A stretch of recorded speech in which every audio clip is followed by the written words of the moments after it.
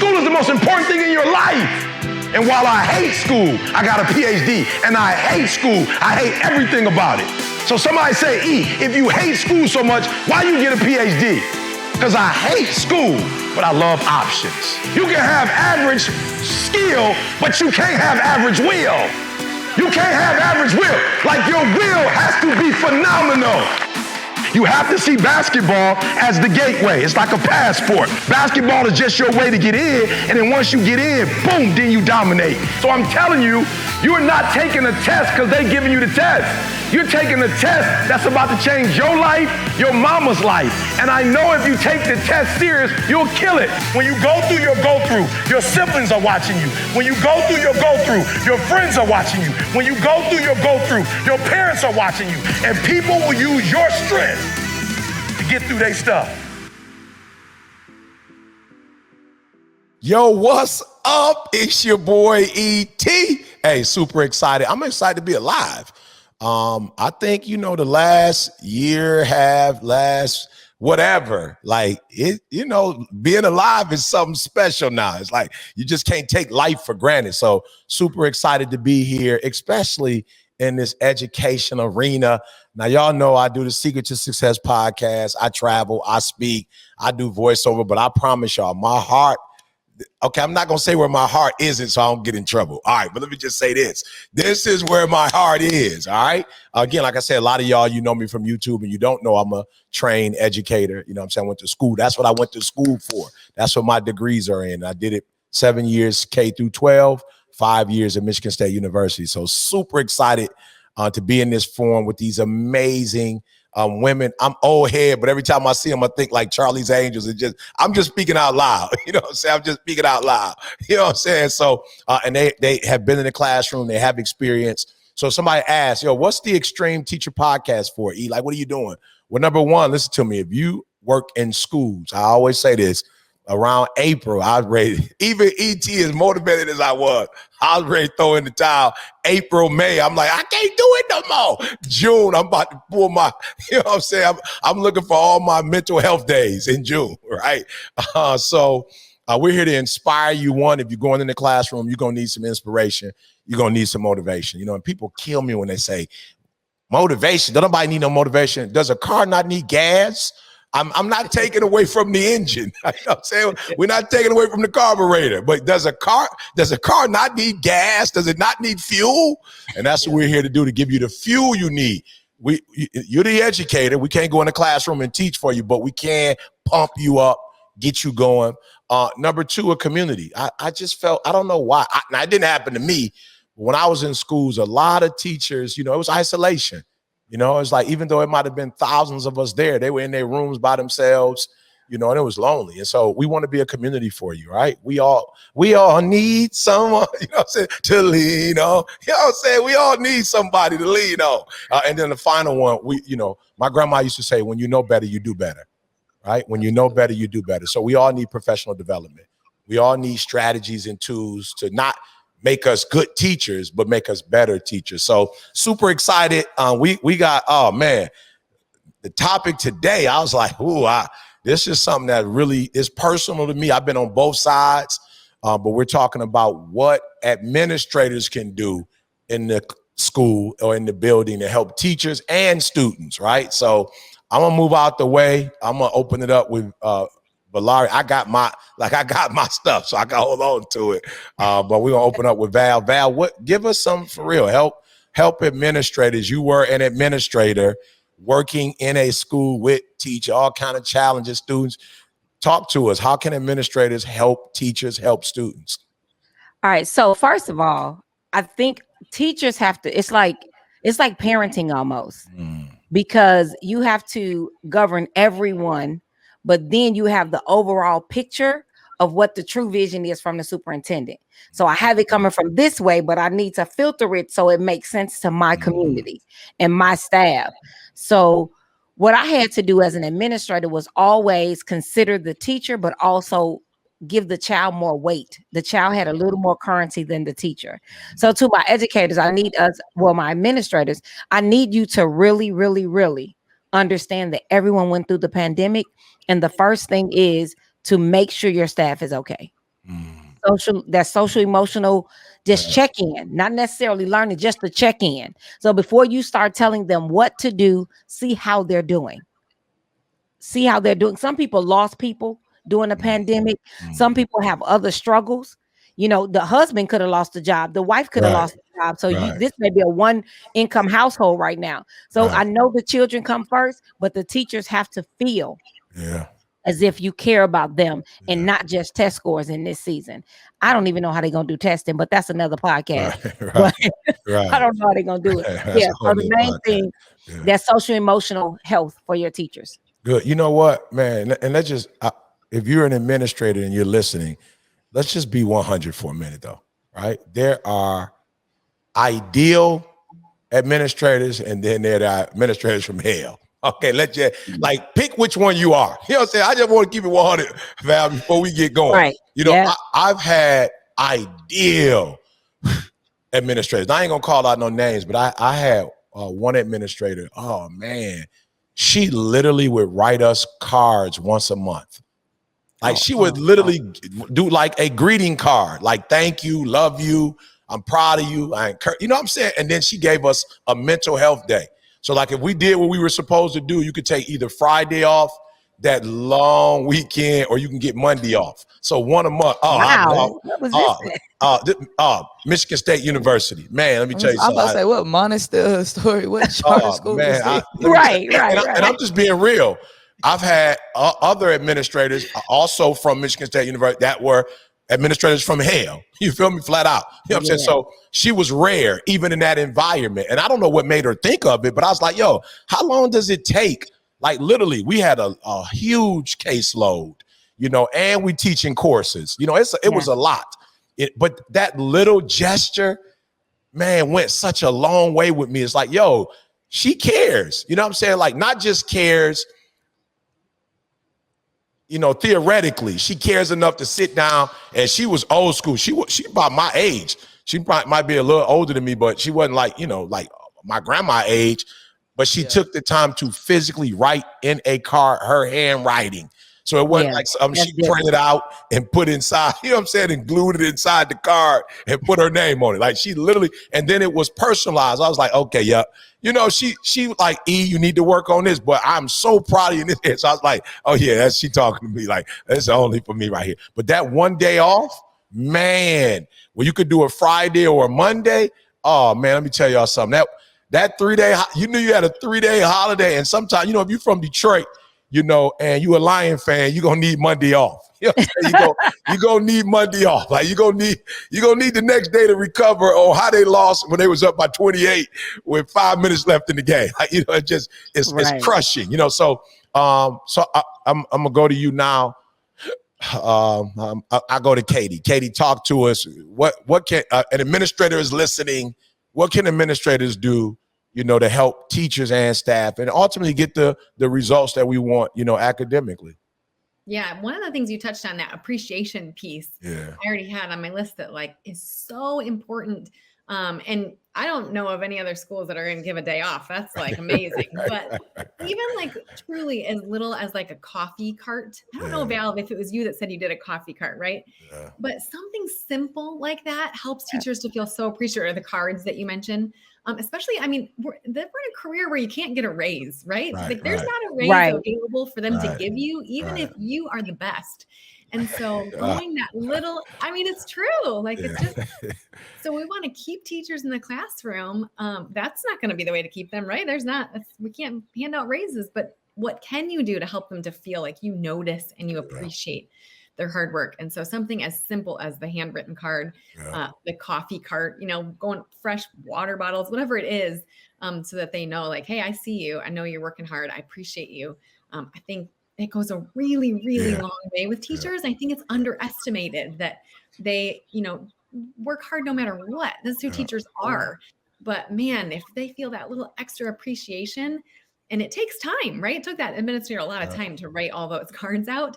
But the impact of that is unbelievable, really long lasting. So definitely that appreciation piece. And then just recognizing them as humans first too, that family first. and flexibility piece, however you can manage to put that in for teachers, in again, a career where there isn't really a lot of flexibility, like teachers, we don't take a bathroom break whenever we feel like it, right? That's just reality. Teachers will say that. So whatever flexibility that you're able to build in, so they feel like, hey, they recognize me as human first, family first. That's huge. So for me, several years ago, we went through an IVF journey for my babies that meant going to the doctor every single morning before school began. And being able to do that, I mean, there's just not a lot of flexibility. It's not like if you work in an office and you're like, hey, I'm going to be 10 minutes late, but I'll stay 10 minutes late. That's not there for teachers. So I had an administrator who allowed to either cover for me himself or let another teacher cover for me for the first 15 minutes of the day for a good period of time. And man, that went a long way for my family because they just were willing to give that little flexibility that isn't naturally built into a teacher day. And so that was huge for us. So yeah, I love it. So I want to talk to the administrator from hell. Like I want to just me and you, let's look at each other and talk, right? I'm not suggesting that you are a bad human, but what I am saying is that when you focus on standardized testing, whatever policies that are coming down, either from a city level, state level, federal level, it's a lot. I know for you, it's a lot, right? But what you have to understand is the policies don't run the school. Right. Now, I do get it. I understand you're saying like if we don't get certain metrics, we don't meet them. Absolutely. You could be taken over by the state. I get it 100%. But it's a fine balance. And when you focus too much on the policies, you're going to lose everybody. So I'm not suggesting that you lower your standards. That's not what I'm saying at all. I'm saying find a balance, right? And we had a administrator for real that nobody wanted to work for. Yeah. And so eventually everybody quit. Everybody left. I left. I'm not going to call other people out left because then you'll know who it is. You know what I'm saying? But we all left, right? We all left. Yeah. And that department ended up, not doing so well, So I'm not saying that, you don't have standards, but I'm saying you got it. Now, to those who are saying like, I would love to do the cards. I would love to encourage, right? I just don't have not enough time in the day. It is. And that's the difference between the goods and the greats. The goods know it need to be done. The greats find a way to do it, right? That's the difference, right? Yep. And so I'm telling you guys, if you are an administrator or a teacher, some of the most intelligent, innovative creatures are right there in the school. They call students. They're called students. I don't care if you're in elementary school, middle school, high school. They are brilliant. Like I blew up with what? CJ, Candace, Carl. They were all my grad assistants. They were all like freshmen. I call Candace her freshman year. I call CJ like his junior, senior year. Like, they blew my company up. And so sometimes you downplay the human resources that you have right there at the school. So maybe you don't have time to do the cards. You can get a junior or a senior and bring them in, and this could be a part of their intern, right? And they're helping you write cards, create things to do for teachers. I'm telling you, you can get some middle school, elementary kids can come up with some great ideas of how they could honor the teachers. You don't even have to do it. You just give them some time, give them a couple, look, okay, here's some resources. Here's a couple dollars. Here goes some paper, some markers, you feel me? Being honest with y'all, my daughter still does the best Father's Day gifts, birthday gifts. She probably don't spend no more than $15-20, but it's usually a big, what do you call that? Cardboard. And she might have like a payday on there. Dad, thanks for, I don't have no money. You give me payday. Like she is thoughtful. She always does something that's thoughtful, which is much sweeter than somebody sending me Beats by Dre, something from Best Buy. Like I'm not mad at the Best Buy gift, but I knew my daughter sat down and really thought it through. And so I'm saying that my administrators use kids, use the students. All right. Now we do know their labor laws. You know what I'm saying? So, but you know what I'm talking about. Use the innovation, use the creativity, use the energy, use what these kids have, and they would feel. You would be shocked how that would even endear them more to the teacher and even to the school because they feel like they're a part. All right, talk to us, Sam. What you got? Talk to these administrators, Sam. How can they help students and teachers? Yeah, so I was a dean of students for 3 years. So the way I stepped into school leadership after being a teacher for 8 years is I was working alongside with the head principal just as a ninth grade academy, and then built up each year. So I was able to learn so much throughout those 3 years, and then also being like a teacher in the same school. I'm just able to like see two different viewpoints there. So I think the reality is this is always the case, but especially this year, like if we don't join forces, like we won't win for kids. And if we're trying to win for kids, then teachers and admins, like we've got to be a team. We've got to join forces because, you know, just like Val and Katie brought up, there have been so many things that have happened, right? And so teachers might be working through their own trauma, right, while experiencing supporting students who are working through their own trauma. And so I think it's just really important to, you know, as the leader of the school, don't get me wrong, there's going to be a lot on you, right? There's a lot of responsibility on you because you are setting the climate, you are the leader of that.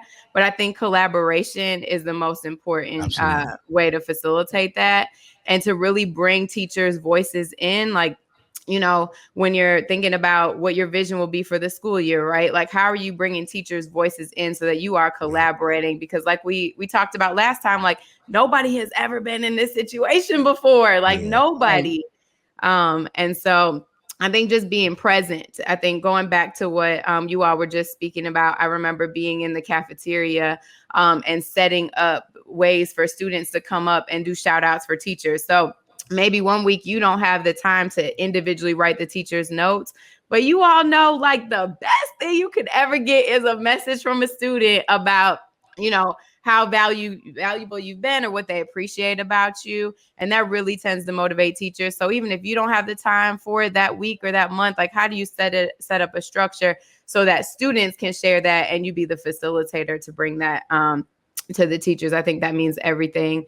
And then the last thing on my mind about just being present, you know, I remember the principal that I worked with, like she used to take her desk and set up right in the middle of the hallway, right? And she's like, I'm going to be here. Like, I need to hear what's going on. How do I support my teachers? You know, how do I support the students? But being very present so that you know what's going on and you can still continue to collaborate and understand the obstacles and creating solutions together, I think is really important. So I was talking to one of my admin friends. She's like, oh, I'm going to get one of those walkable desks. We're going to be walking up and down.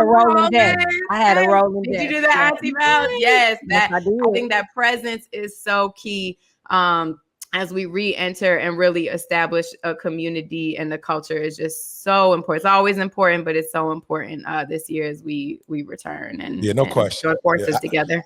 Yeah, I got some on that, but I'm gonna throw it to you, Nell. But I got some on that. I'm waiting. I told you I was on both sides. You know what I'm saying? Nell, talk to us, Nell. I got two. So my first one is advocate. So I know y'all appreciate y'all cards and stuff like that. I'm not gonna lie to you. I seen the cards and I was like, I appreciate you, and I just put it right on the desk. It's just not my love language. It's just not my love. It's just not my love language. My thing is advocate though. So I don't want you smiling at me, shaking my hand. Oh, Mrs. Grant, da da da da da. But then I know for a fact when you in these meetings with your peers and you in the meetings with higher up administrators, you're not really advocating for us like that.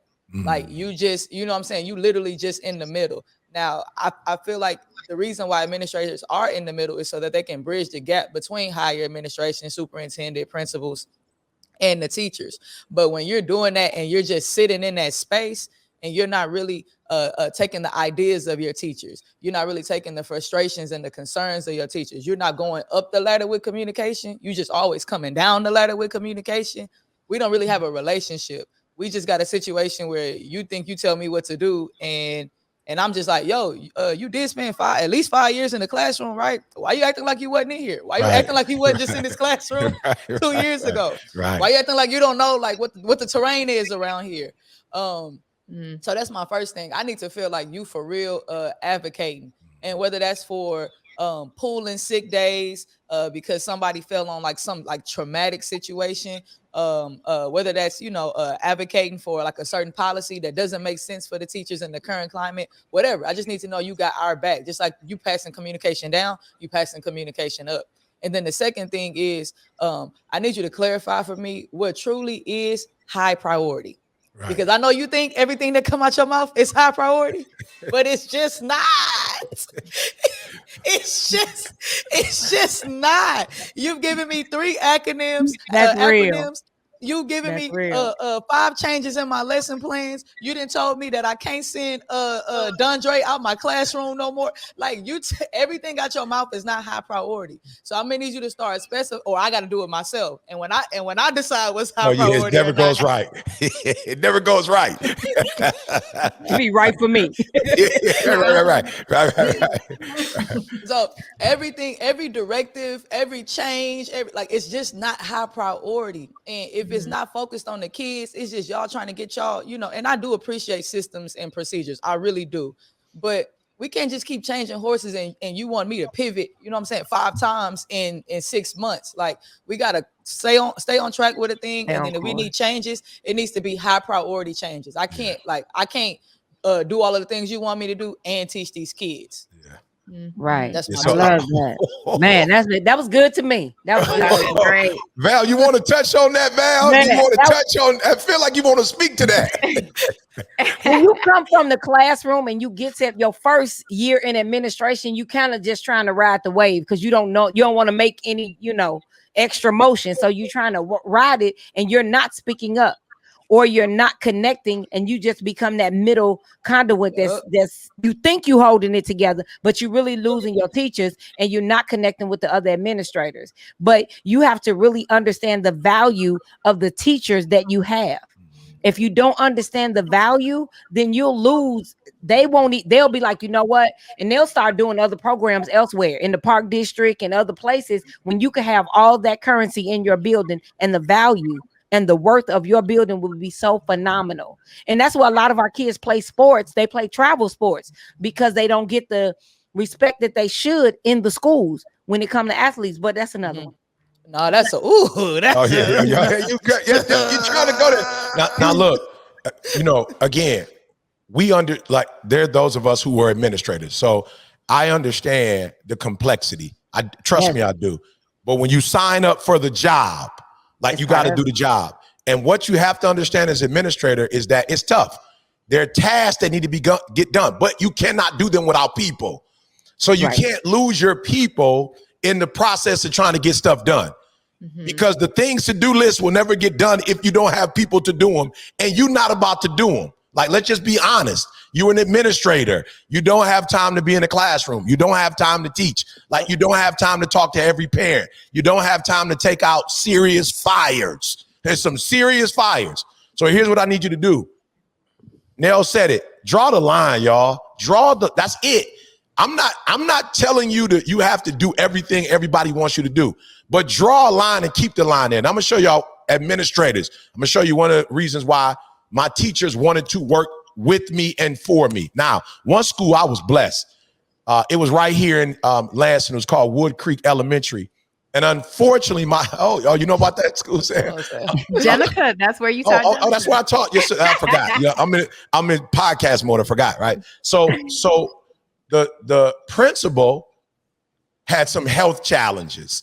Right. So this was ideal for me because she would just let me run that joker like, hey, E, I'm out for 2 weeks. I got to have surgery. It's your show. Right. Let me tell y'all something. When I had a kid who had a behavioral problem, you talking middle school, like, yeah, you're talking like was it K through 8? I think it was K through 8. So you're talking like, you know, these kids with challenges, right? Or maybe it was K through 5. Middle school. Yeah, it was middle school. I remember like maybe 5th, 6th grade. And so I remember when a little boy had a challenge, I would literally go in the classroom and shut him down in the classroom. Like I wouldn't bring him to the office and do it. That's what I'm saying. I wanted the teacher to know I got your back. Like, yo, if the mama want to come up here and clown, the daddy want to come up here and clown, they got to come through me first. They're not coming to you. Like they come to me first. You don't have to call them. They not gonna call you. They gotta come through me. So when the daddy come in here 6'6", 230, and he looking aggressive, don't even worry about it. He will never get to your classroom. I will deal with him I'm gonna meet him in the parking structure and talk to and deal with my man and teach. I want to like right there, because for some reason we've started to believe that writing the kid up and sending the kid out of the classroom is the best discipline. So now, and I feel a way about it because not only has the kid disrupted my class, but now I'm gonna have to catch him up when he come back. Yeah, I gotta catch him when he come back. That's that restorative justice. Come on. As an administrator, I don't want to have to send the kid nowhere. I just want Hey, somebody come get my man's right real quick. It's home. All right, cool. You come in, take him out real quick, blah blah blah, and then bring him back. No question. It's not my desire that the kid be removed from the classroom. Just as a teacher with 27 other kids, I don't have stuff time to do. To discipline. You got stuff to do. Be disciplined. Absolutely. So I just want you to come in, check him up real quick, and then put him back in the fold. But listen to me. Go ahead. I'm sorry, but I'm just saying check him in front of everybody because I needed my teachers to know anybody else mess with her, you got to come through me. Why? Because that's my prized possession, meaning she gonna be with me for 10. You about to you probably gonna move in the next 6 months. You and your parents probably about to move to another apartment complex. Y'all about to move to the other side of town. You won't even be here. So I can't allow and listen to me, administrators. I love what Katie said. No, this is not a raise zone, but it can be I love you, I respect you, I value you, I want you here, I got your back zone. So no, I can't necessarily give you another 10 grand that you deserve, 20, 30, well, that's another podcast, right? But I think administrators need to understand a teacher will ride or die for you if they know, hey, you got my back. And here's the deal. When it comes to punishment, you all in. Like when it comes to discipline a teacher, you all in for that. So let's just keep that same energy. Protect her with the same, protect him with the same, like protect. My bad, Val. That's something I prided myself in, was letting my teachers know, like for real, I get there before everybody.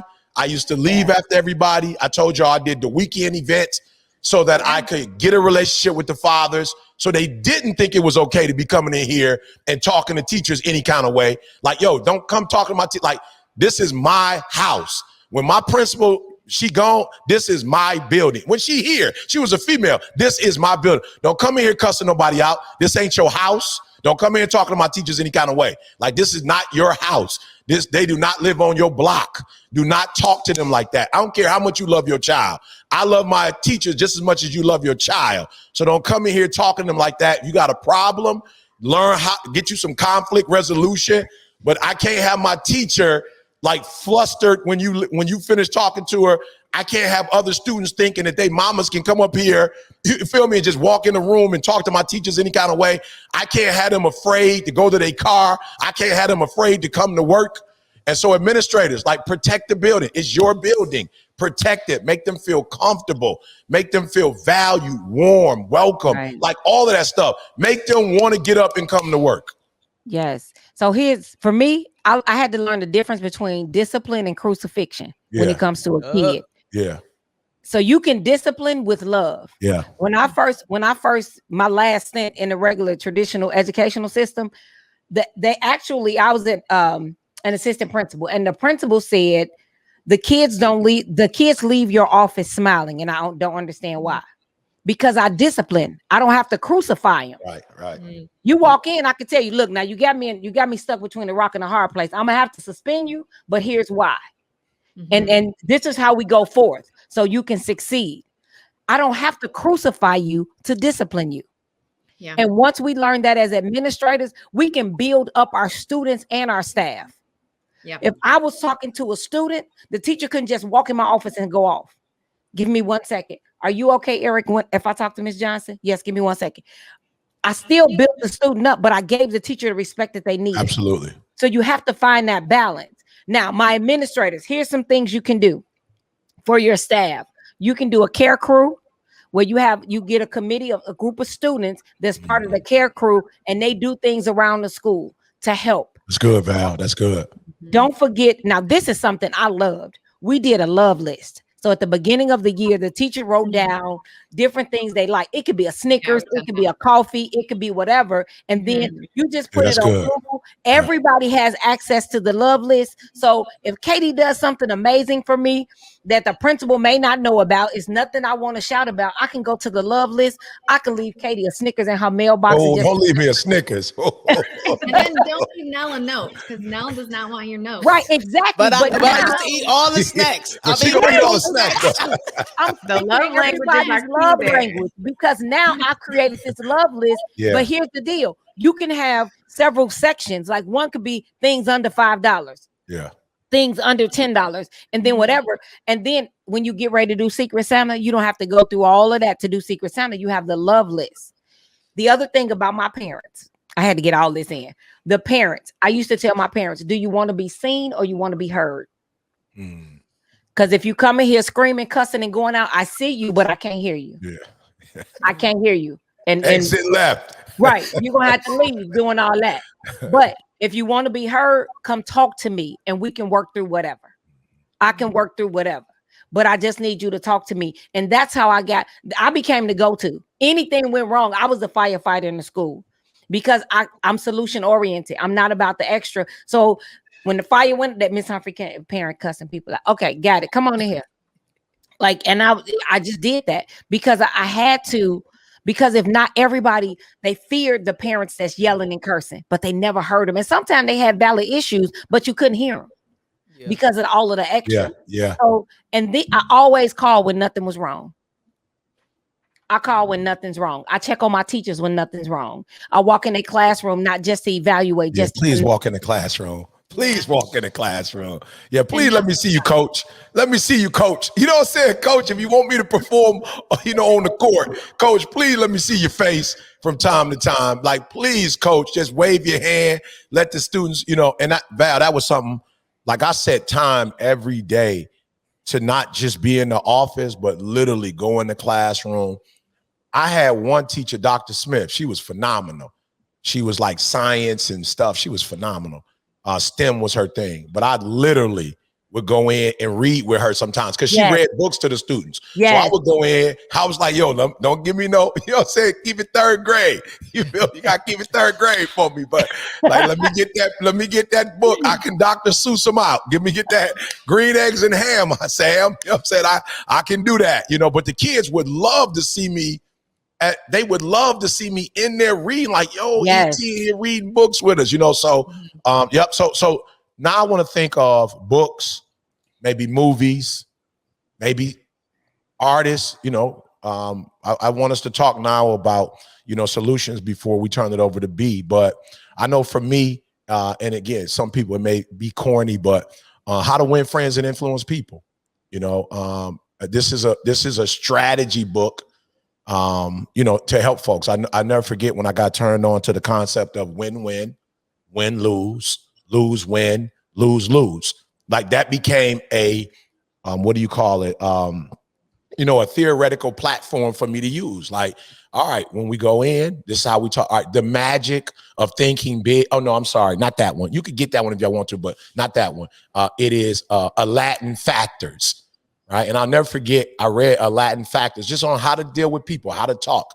And I'll never forget, it said, like, let's say you go to the airport and you're having a problem with your flight, and the lady or the guy in the back, whoever, they are getting kind of like, frustrated, whatever. He was like, yo, turn it and say, and it's worked, y'all. It was like something simple that he taught me, but he said, take it from them working and make them get in your situation. What if you were the person that had a dying mother, in Detroit, and I'm in Atlanta and I need to get on this flight to get to my mom, but some kind of way the airlines made a mistake? What would you do if your mom was sick and you were in my space? You weren't the person with the power with the computer, but you're the person with no power behind. And I'm telling y'all, when I learned that strategy and I started putting people in my shoes, when you talk about diffuse. So that's another book, a Latin factor, a movie.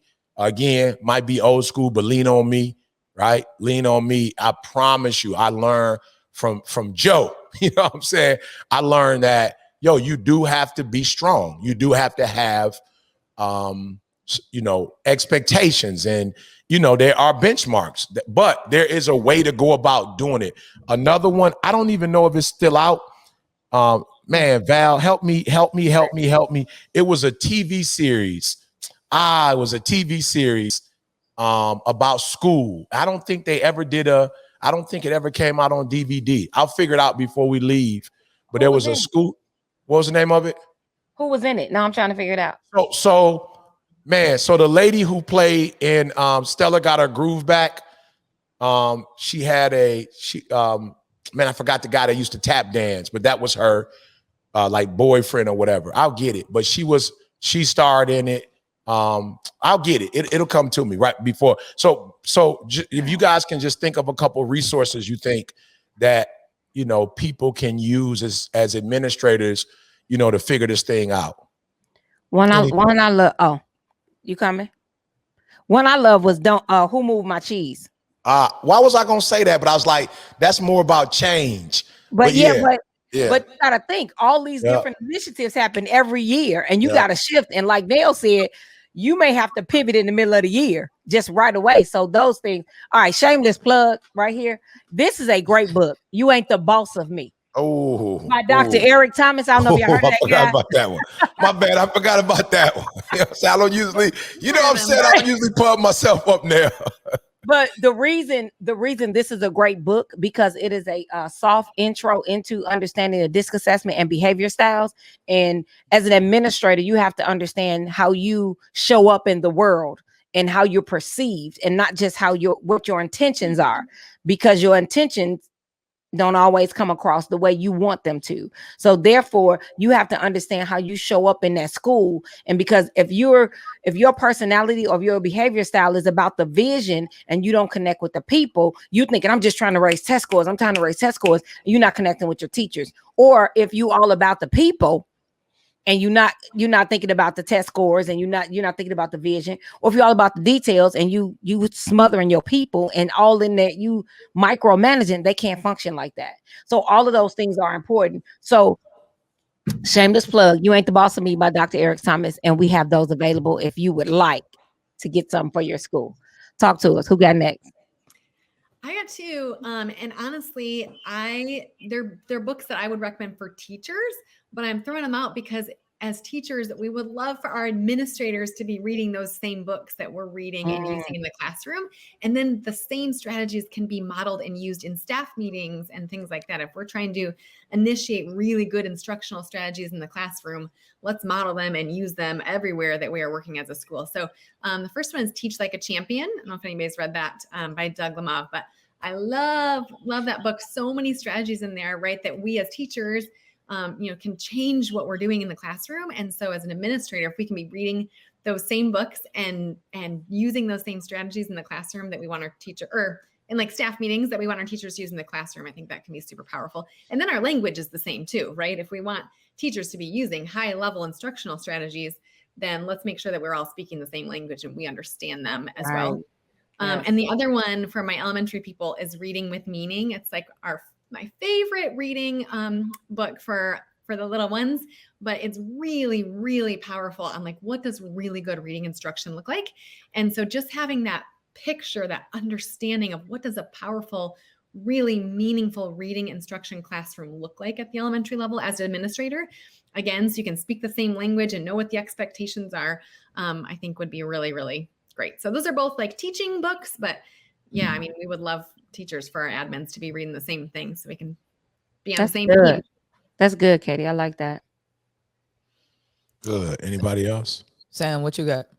Yeah, so I actually was just talking to one of my friends this past week, and their admin team at their school they're reading the book Outward. And so I personally haven't read it yet, but as a staff, they're going to be reading that together. And it's really about educator resilience. So I'm just thinking I think that's dope that they're all going to be reading it together and discussing. And then also that it's really centered in like educator resilience, thinking about this upcoming school year.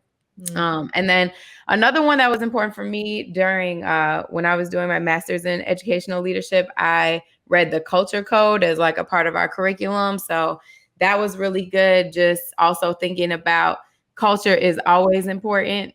And that really like this year, and we've all talked about this at the beginning, right? Like, how do we set the culture from the jump at the beginning of the school year?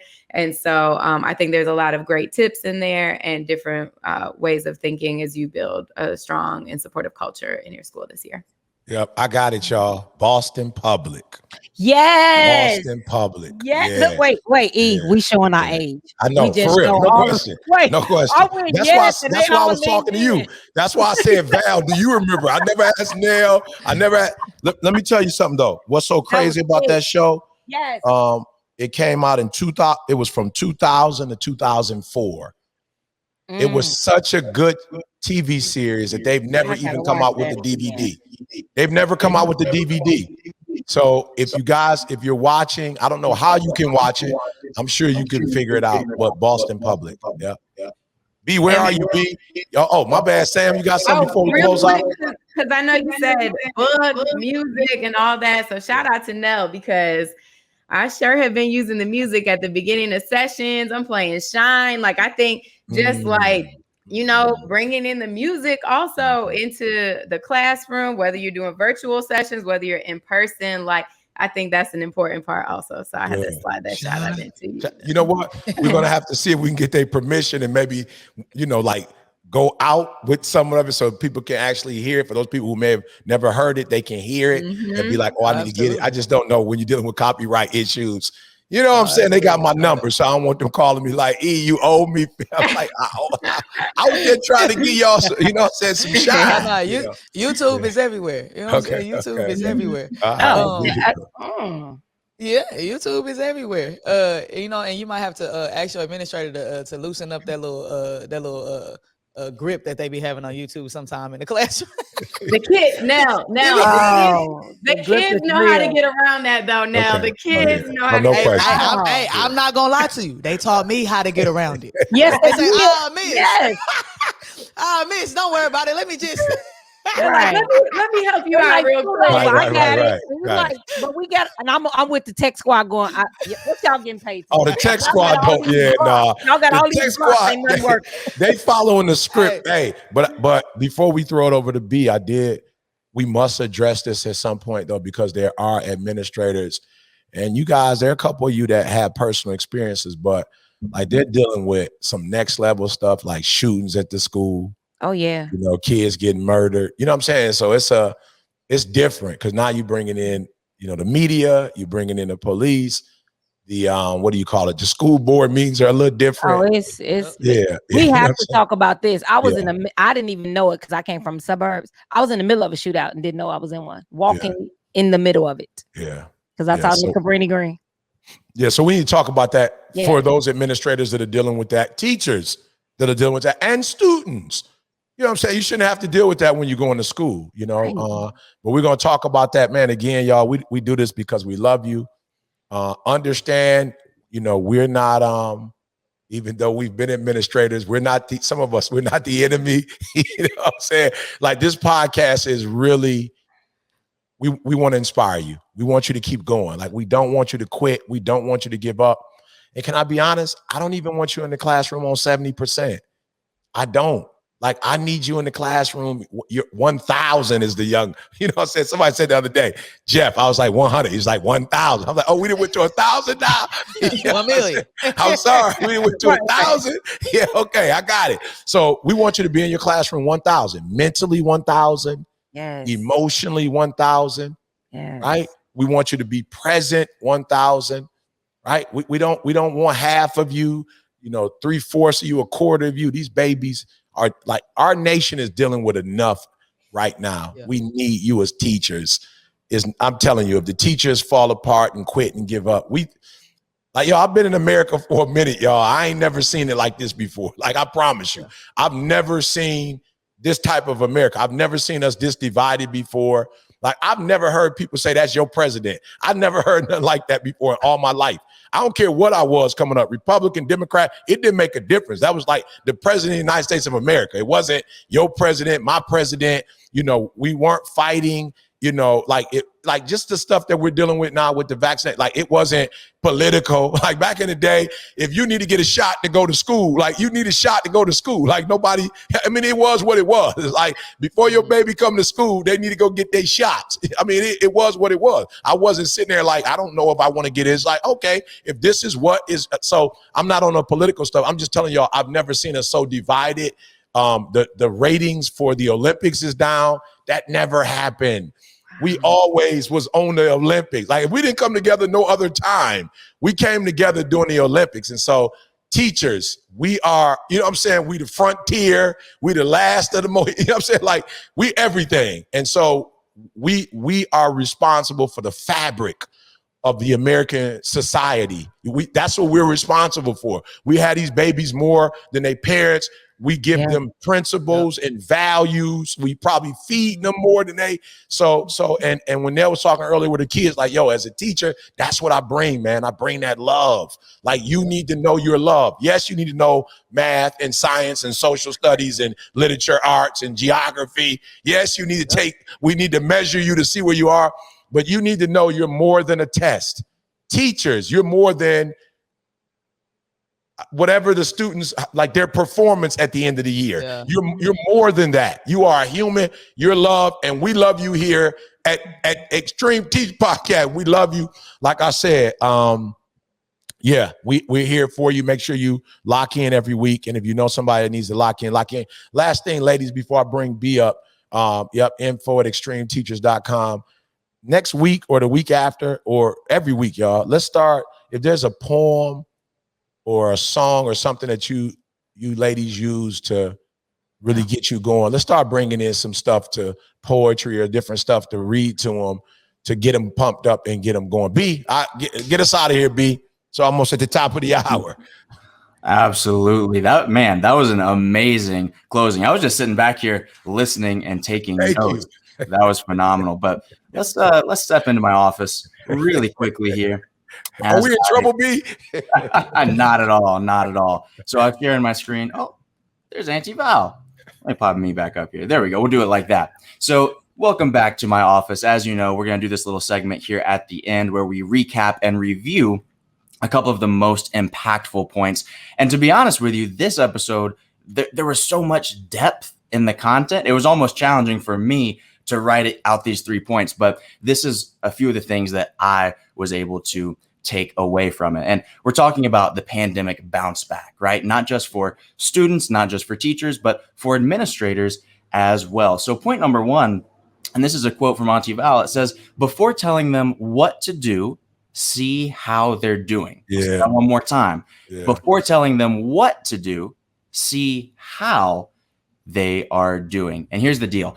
If we want to make sure that our kids have a phenomenal experience, we need to make sure that our teachers are ready to deliver that phenomenal experience. And like we said last time, we all went through this pandemic, every last one of us. So for our administrators out there, check in on your teachers. And ET gave us a couple of options to be able to do this. You know, he said we could write them a card. It could be a sincere question, right? Ask them how they're doing and wait for the answer.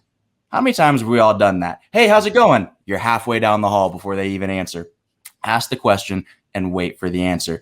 We had some other options for that one. I think Katie said, offer them flexibility, make the connection just by telling them how much you appreciate them. Val gave us the love list. Nell said, advocate. So we got a bunch of options, but at the end of the day, just see how your teachers are doing. All right. Number 2, the policies don't run the school. At the end of the day, we are in the people business. We're in the business of collaboratively working with other people to develop young people, right? And human resources come in many forms. It could be students. It could be people that have different ideas from your own. So we should use those resources to get creative, to get innovative, because you heard Sam say it. If we don't band together this year, out of all years, we're not going to get the outcome that we want. So move the focus from the standardized tests and the policies to what education is really all about, the people. And then last but not least, point number 3, be a clear communicator. Communicate clearly. You heard Nell say it. What's the most important thing here? What do your teachers need to prioritize in this time of transition? Be crystal clear about it. Because at the end of the day, that clear communication is actually a sign of respect. It's a sign that I value you. I value your time. So I'm going to communicate clearly. I will concisely give you everything that you need to be successful, and they will appreciate it. All right.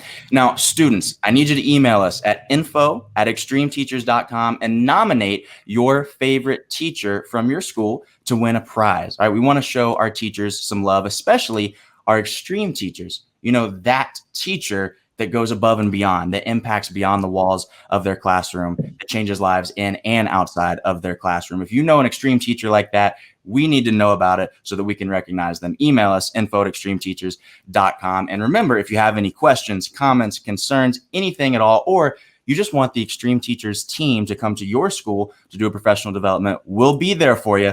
Just email us at info@extremeteachers.com. And everybody, as our time together today comes to a close, I'm reminded of Auntie Val's signature saying, "That's it, that's all," says the clock on the wall. Or maybe you've heard ET say, "Small steps, great distances." But today, I wanted to end just by saying thank you. Thank you for watching. Thank you for investing this time into yourself and your own development. And most importantly, thank you for investing this time into your students. You're watching the Extreme Teachers Video Podcast. We'll see you next week.